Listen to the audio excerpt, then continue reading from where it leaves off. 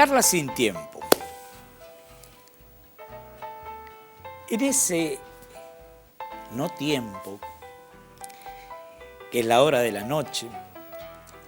en la cual parece que el tiempo fluye, pero de forma que no lo notamos. Acudimos a la vieja práctica de la lectura y encontramos algunos textos que queremos compartir con ustedes porque hacen a este camino a la independencia, a este camino de la independencia y a este camino desde la independencia. Encontramos en estas vacaciones y leímos con gratitud un libro que nos legara Rodolfo Terraño, el viejo funcionario del gobierno alfonsinista, que hoy está designado como embajador ante la UNESCO, que nos legara aquel Maitland y San Martín, enmarcando la gesta sanmartiniana del cruce al macizo más alto de la tierra, como lo llamara el general, en un plan estratégico diagramado o pergeñado en Londres, allá a fines del siglo XVIII. Después también nos legó Rodolfo Terraño un libro que trata sobre los días de San Martín, sus andanzas diplomáticas, ya vuelto al viejo continente tras su paso por la emancipación americana. Y finalmente, Josefa, que trata de Josefa Huidobro o Ruiz Huidobro, viuda de Ruiz Huidobro, que hizo las veces de confidente y amiga de San Martín, de la cual quedan cartas y noticias que la sitúan como una de las damas que en las bambalinas o entre bambalinas tejió y destejió parte de nuestra independencia. Y también encontramos en esas noches de lectura para compartir con ustedes y para aventurarnos en cómo era nuestro territorio allá en los tiempos de la colonia, una relación de un viaje al Río de la Plata y de allí por tierra al Perú, de Acaret du Vizcay. Acaret du Vizcay, un comerciante francés que vino al Río de la Plata y de allí recorrió en carreta, a caballo, a lomo de mula, en embarcaciones donde había ríos, arroyos y lagos que cruzar, y de allí de vuelta, otra vez, hasta el Río de la Plata, ese ancho río parecido a un mar, y desde allí hasta la Europa, y que dejó un diario que hoy podríamos llamar fabuloso por la manera en que describe minuciosamente esa travesía. También quiso la casualidad, y esto con el permiso de los señores editores, porque hay un viejo refrán que dice: robar libros es un delito, pero no es un pecado. Fotocopiarlos cuando se quiere saber y aprender a veces se torna necesario. Pero imagínense ustedes, el gobernador de Corrientes, que mandó los paisanos, mis paisanos, como los pidió el coronel José Francisco de San Martín, para formar parte o partes del regimiento de granaderos de a caballo, misión que le fuera encomendado por el triunvirato en 1812, al recalar en estas tierras. Ese gobernador era don Toribio de Luzuriaga, y hemos tenido la dicha de conocer a una descendiente de el coronel Toribio de Luzuriaga, prócer de la independencia americana, que después fue gobernador de Mendoza y que fue amigo y confidente del coronel y general José Francisco de San Martín. Esta biografía de Toribio de Luzuriaga nos fue obsequiada por una descendiente del mismo, familia que tiene el sable de don Toribio de Luzuriaga, y que en estas charlas sin tiempo nos comprometemos a traerla, a mostrar y a compartir con ustedes esta reliquia que acompañara a un héroe de la independencia, don Toribio de Luzuriaga. Pero también en estas largas noches de lectura que nos permitieron las vacaciones, encontramos este libro o este trabajo que vamos a compartir con ustedes en estas charlas, que algo ya adelantamos, escrito por Walter Bossé, B larga, acento en la E. Las postas en las provincias del norte y Cuyo en la época del Congreso de Tucumán. Las postas en las provincias del norte y Cuyo en la época del Congreso de Tucumán. Y adjunto a este trabajo también los estudios sobre las postas que iban en la carrera desde Buenos Aires a la Asunción, pasando por Corrientes, con un dato llamativo que nos sorprendió. Al llegar a Corrientes, la carrera de las postas no seguía el camino del Paraguay, o sea, del río Paraguay rumbo a la Asunción, donde eran destinadas las mismas, sino que doblaban, siguiendo la ruta del Paraná,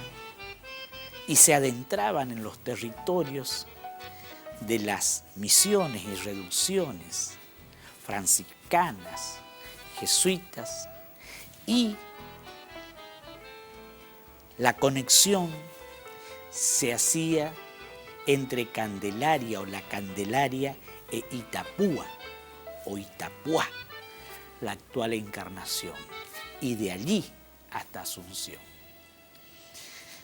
Vamos a conocer en estas charlas sin tiempo los nombres de los maestros de postas, cargos que eran hereditarios, que eran vendibles y que están minuciosamente guardados en sus datos estadísticos en las memorias del viejo correo argentino. Allí fue este investigador cuyos trabajos están guardados en la Universidad Nacional de La Plata, provincia de Buenos Aires, a encontrar estos magníficos y ricos datos que nos van a contar cómo se configuró y se prefiguró el viejo correo argentino a través del sistema de postas y puestos. En la carrera, desde Buenos Aires a la Asunción, desde Buenos Aires hasta Lima y de Buenos Aires hasta Chile, atravesando esa pampa inconmensurable y esa cordillera de los Andes para traer y llevar las noticias a Santiago, a Valparaíso y de allí al mundo y desde el mundo. Basavilbaso, el apellido del primer gran organizador real del sistema de postas y correos. Datos que cuando nos adentramos a leer nos lleva a la noche,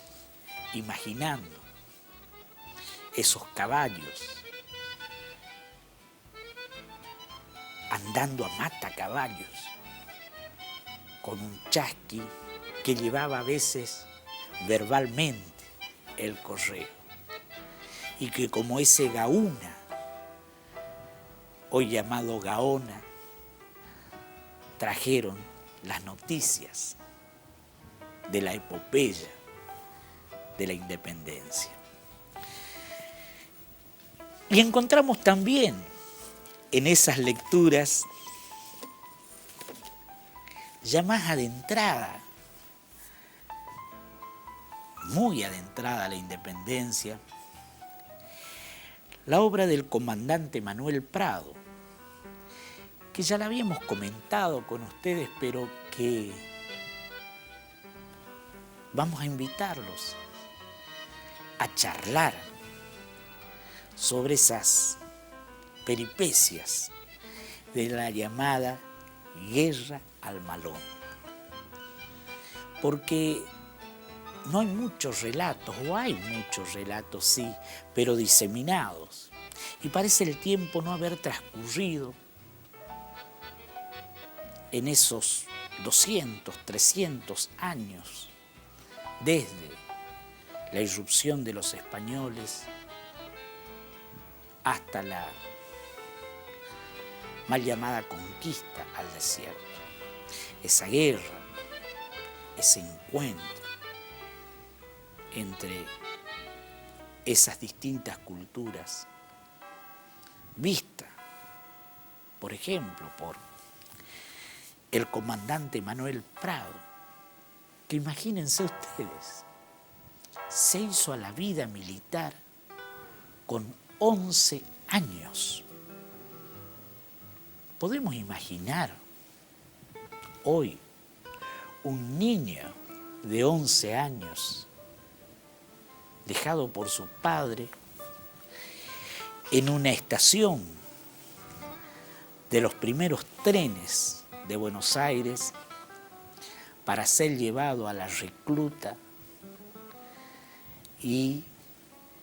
a la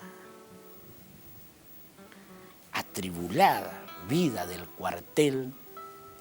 para de allí a un imberbe ser llevado a un fortín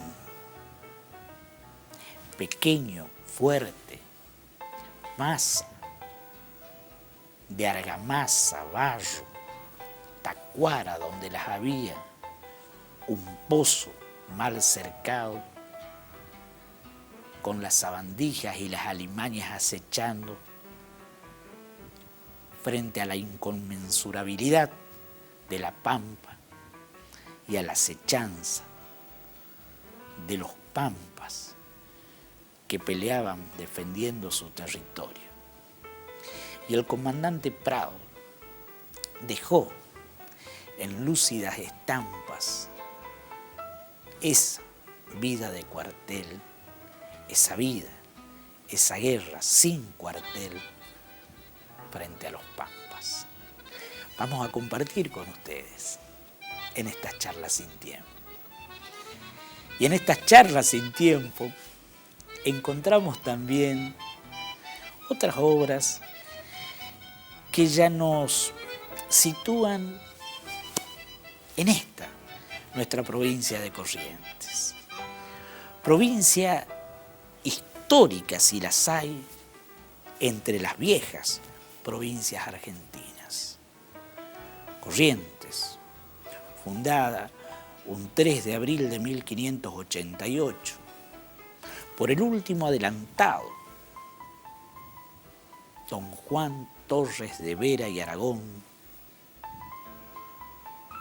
en expedición proveniente de la madre de ciudades, la Asunción del Paraguay, situada aguas arriba en el recodo que hace el río Paraguay.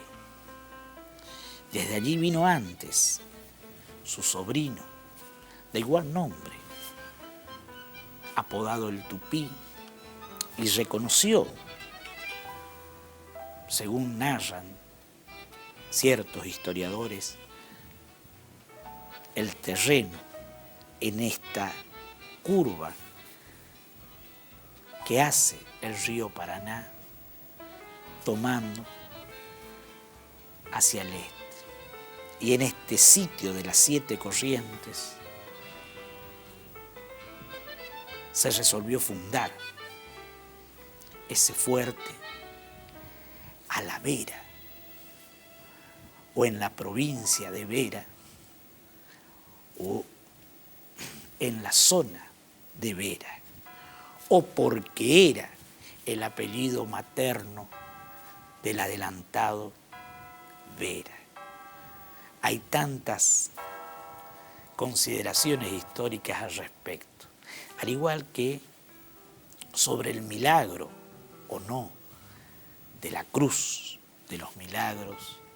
ocurrida en los albores de la conquista y la fundación de Corrientes. Muchas páginas memorables por destacados historiadores han tratado este tema. Vamos a compartir en esta charla sin tiempo algunas de estas vastas consideraciones. Y también en un marzo de ese tiempo en que Corrientes, signada por su territorialidad entre el puerto de la Santa María de los Buenos Aires y la Asunción del Paraguay, peleó frente a la potencia del puerto de Buenos Aires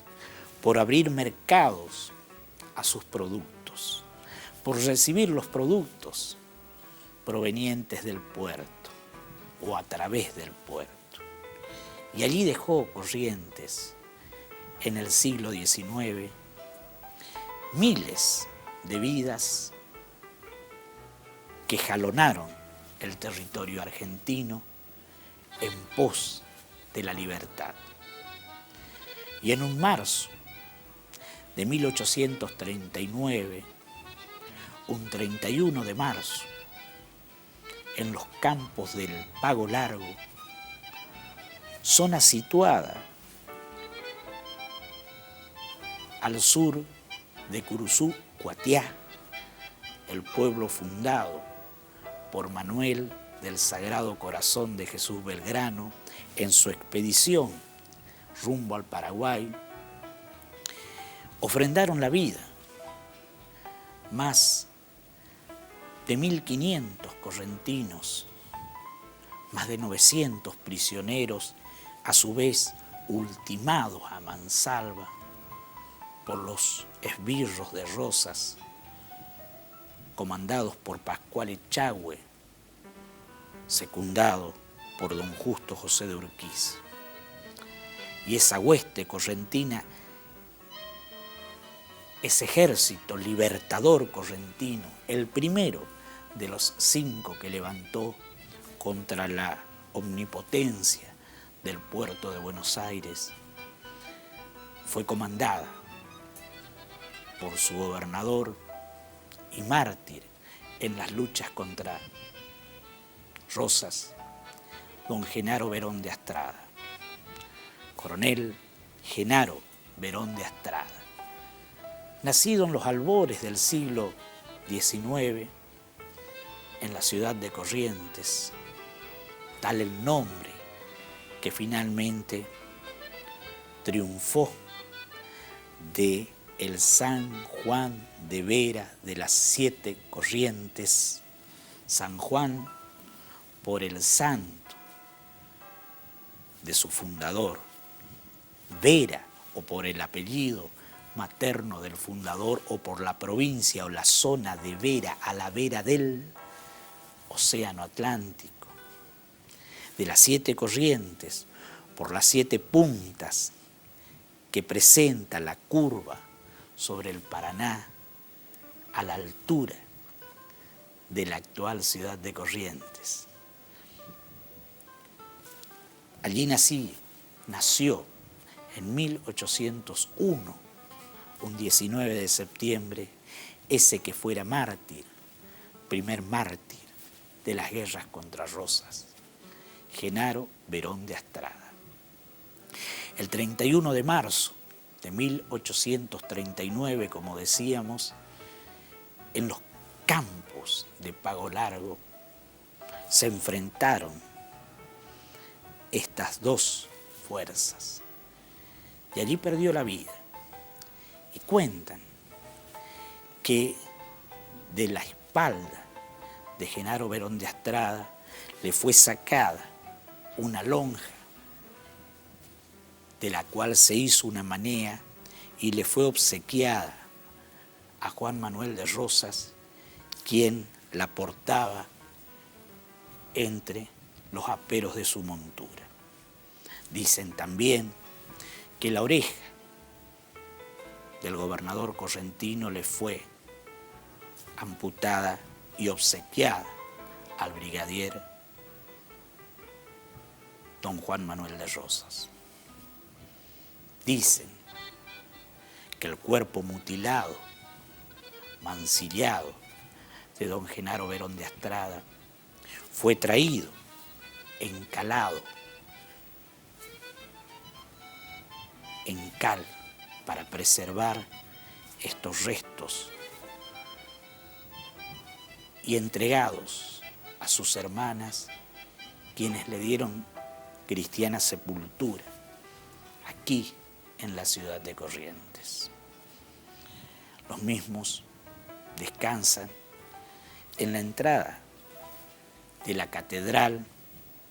Metropolitana de la ciudad de Corrientes. Y rescatábamos este libro,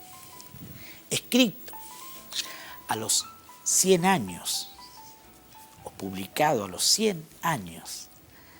de esa gesta, por quien es considerado uno de los escritores más prolíficos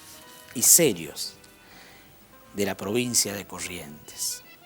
don Hernán Félix Gómez. Este título, Berón de Astrada, la epopeya de la libertad y la constitucionalidad, edición del Gobierno de Corrientes, imprenta del Estado, de 1939.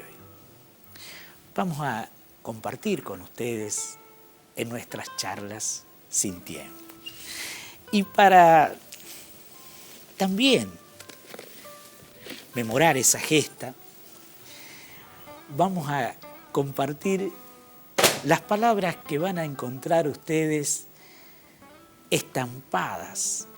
en el lateral derecho del magnífico Teatro Vera de la ciudad de Corrientes. Allí, en un mármol de Carrara, están en el muro lateral derecho las palabras que dejara Esteban Echeverría, el bardo de la generación del 37, acerca de Corrientes y su gesta por la libertad tras la independencia de 1816. Estas y otras inquietudes tenemos preparadas y vamos a ir compartiendo con ustedes en estas charlas sin tiempo.